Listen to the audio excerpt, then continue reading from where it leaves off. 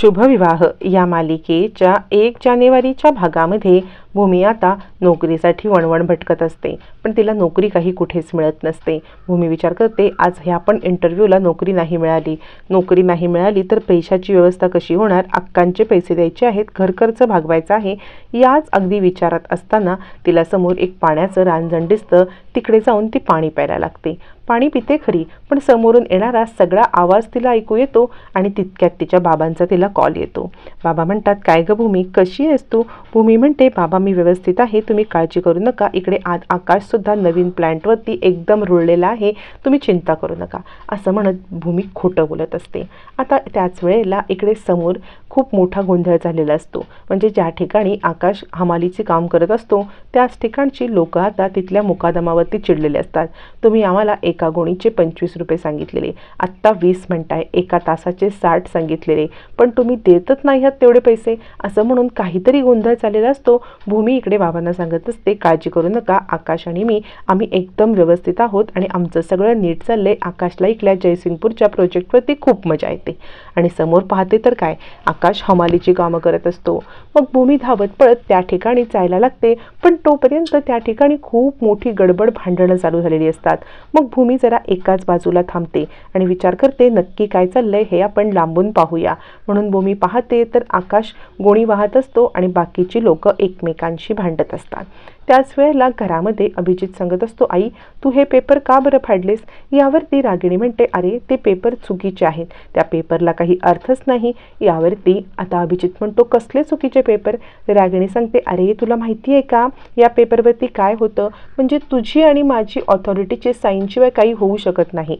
अरे आत्तापर्यंत फक्त माझीच ऑथॉरिटी लागायची ना, मग तुझ्या ऑथॉरिटीचं आलं कुठून? चुकूनच पडली ना तुझी सही ऑथॉरिटीची ह्याच्यावरती, असं म्हणत रागिणी आता ते पेपर फाडते ज्या पेपरवरती अभिजितच्या ऑथॉरिटी म्हणून सही असतात। पौर्णिमा मनातल्या मनात म्हणत असते, अभिजित बोला की हे सगळं तुम्ही करून घेतलेलं आहे, नाहीतर आत्ता नाही बोललात तर संपलं सगळं, असा विचार करत असताना पौर्णिमा अभिजित काही बोलत नाही आणि म्हणतो, हो आई, म्हणजे चुकूनच झालं असेल ते। रागिणी म्हणते, मला माहिती आहे ना चुकूनच झालं असेल आणि म्हणूनच मी ते पेपर फाडून टाकते आहे, दुसरं काही नाही, असं म्हणत रागिणीने बरोबर अचूक निशाणा साधत पौर्णिमाचा डाव फेल केलेला असतो। तोपर्यंत इकडे मुकादम आणि लोकांच्या मध्ये भांडणं चालू असतात। आकाश सांगत असतो, थांबा, पण कोणी थांबायला तयार नसतं। मुकादम म्हणत असतो, मी बरोबर काम केलंय, तुम्ही चुकीचं काहीतरी बडबडताय, मी बरोबर तासाप्रमाणे पैसे लावलेत, एका तासाचे 60 रुपये। आकाश चिडतो, कोणी काही ऐकत नाही असं म्हटल्यावरती बाजूचाच एक दगड असा वीट फुटलेली असते ती घेतो आणि म्हणतो, थांबा म्हटले ना मी तुम्हाला, तर थांबा। आता भूमी पाहत राहते, आकाश नक्की हे काय करतोय, म्हणजे असा का तो वागतोय? आकाश म्हणतो, थांबा, मी काय सांगतो ते ऐका। मग आकाश सगळ्यांना शांत करतो आणि आता त्याच विटेच्या एका तुकड्याने तो हिशोब लिहायला लागतो। तोपर्यंत इकडे आता अक्काला समजतं की आकाश चाळीमध्ये नाहीये। अक्का खूप पॅनिक होते, आकाश कुठे गेला म्हणून अक्का इकडे तिकडे शोधायला लागते, पण आकाश कुठेच दिसत नसतो। तेवढ्यात दुष्यंत जात असतो आणि त्यावेळेला अक्का म्हणते, आकाशला पाहिलं का?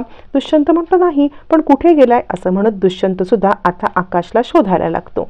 सगळेच जण आकाशला शोधत असतात। अक्का चाळीमध्ये तो गोरा घारा मुलगा तुम्ही कुठे पाहिलात का, असं विचारत असते, पण आकाश काही कुणाला दिसतच नसतो, कारण आकाश कामासाठी गेलेला कुणाला माहिती नसतो।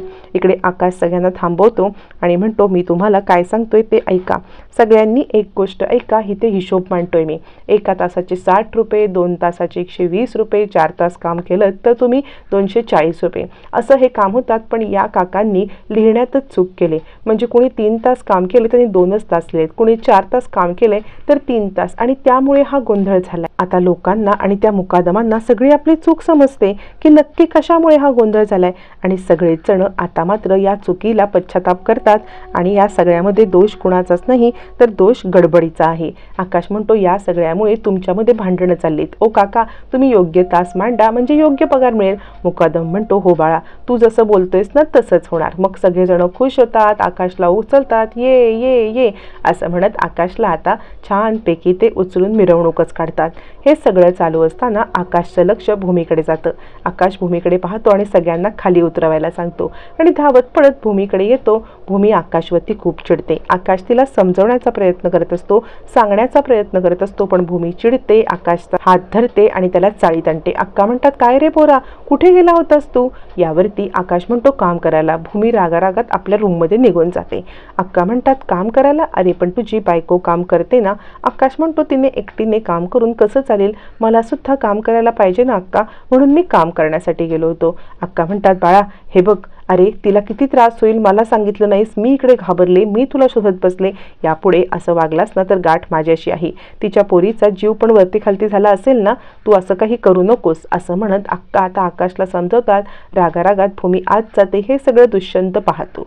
तोपर्यंत इकडे आता रागिणी फोनवरती अपडेट्स घेत असते आणि इनामदारांचं 20 करोडचं कॉन्ट्रॅक्टबद्दल तिला महत्त्वाचा क्लू मिळतो. मग ती राजा काकांना सांगते या कॉन्ट्रॅक्टमध्ये कोणतीही कमतरता ठेवून चालणार नाही, लवकरात लवकर काम सुरू करायला पाहिजे. राजा काका म्हणतात हो, या संदर्भात बाकीची माहिती काढण्यासाठी मी आत्ताच बाहेर चाललो होतो, पण मला खात्री आहे हे प्रोजेक्ट आपल्याला मिळाल्यामुळे महाजन इंडस्ट्रीजचं नाव खूप मोठं होणार आहे आणि तू ते नक्की मॅनेज करशील मला माहिती आहे असं म्हणत राजा काका तिकडून निघून जातात.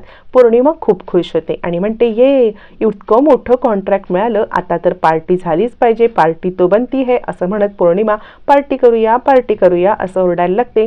रागिणी लगेच तिचा आता तोरा उतरवत म्हणते पौर्णिमा म्हणजे कसं आहे ना, एवढ्या तेवढ्या गोष्टींवरती पार्टी करण्याच्या आधी एक गोष्ट विसरतेस की हे सक्सेस आपल्याला तेव्हाच मिळेल ज्या वेळेला आकाशचे त्या पेपरवरती सही होतील. कळतंय का, ही पार्टी करण्याची वेळ नाही आहे. त्या जोसेफला काम सोपवलेलं की आकाशला शोधून काढ, पण त्याला कुठे आकाश सापडला नाही. अरे अभिजित तुला पण हे काम सोपवलं होतं, आकाश आणि भूमीला शोधायचं आहे ना, ते महत्त्वाचं काम आहे. ते झाल्याशिवाय ही पार्टी करून काहीच उपयोग नाही आहे. ही पार्टी केली तर आपल्याला बाकीचं सगळं राहील तसंच आणि या कामाकडे दुर्लक्ष होईल. त्यामुळे अभिजित 2 धमाके करायचे आहेत. सगळ्यात महत्त्वाचा धमाका म्हणजे आपल्याला हे पार्टीचं सोडा, पण आपल्याला आधी हे कॉन्ट्रॅक्ट म्हणजे हे डील फायनल करून दुसरं म्हणजे भूमी आणि आकाशला शोधायचं आहे, त्यांच्या सह्या घ्यायच्या आहेत आणि सह्या झाल्यावरती त्यांना उडवून टाकायचं आहे. असे डबल धमाका ज्या वेळेला तू करशील ना, त्याच वेळेला आपल्याला खऱ्या अर्थाने पार्टी करता येईल किंवा खऱ्या अर्थाने सक्सेस मिळेल असं वाटेल. कळतंय का, डोक्यात काही शिरते का अभिजित असं म्हणत रागिणीने अभिजितला आता सगळं समजावून सांगितलेलं असतं. अभिजित म्हणतो हो आई, मी बघतो आकाशचं काय करायचं ते. भूमी सांगते लवकरात लवकर त्याचा अंगठा घ्यायचा आणि दोघांना ढगात पोचवायचं. रागिणीचा नीच प्लॅन चालूच असतो. तोपर्यंत इकडे आता भूमीला सगळा प्रकार आठवत असतो. आकाशवरती असलेलं प्रेशर तिला दिसत असतं की किती प्रेशरमध्ये आकाश आहे आणि या सगळ्यामुळे आकाश स्वतः हे हमालकीची कामं करतोय. महाजन इंडस्ट्रीजचा मालक ज्याला सगळी दुनिया सलाम करायची, 7 वर्षापूर्वी त्याचा ॲक्सिडेंट झाला, आज ही अवस्था आणि आज तो हे काम करतोय. इकडे तोपर्यंत दुष्यंत येतो आणि म्हणतो काय झालं भूमी मॅडम.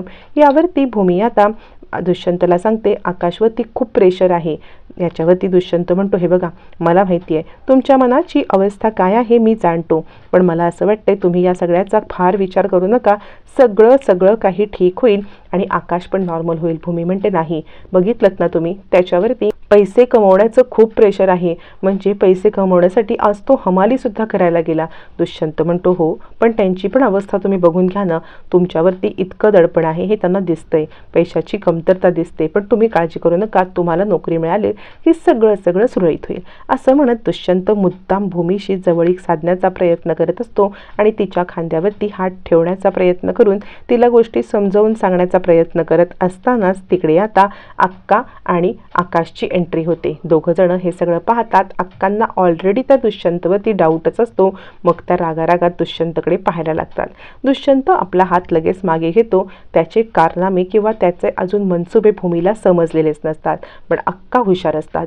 दुष्यंत हात मागे घेतो आणि तो तिकडून गुपचूप निघून जातो. मग मात्र भूमी अजूनही आकाशवरती चिडलेली असते, रागवलेली असते.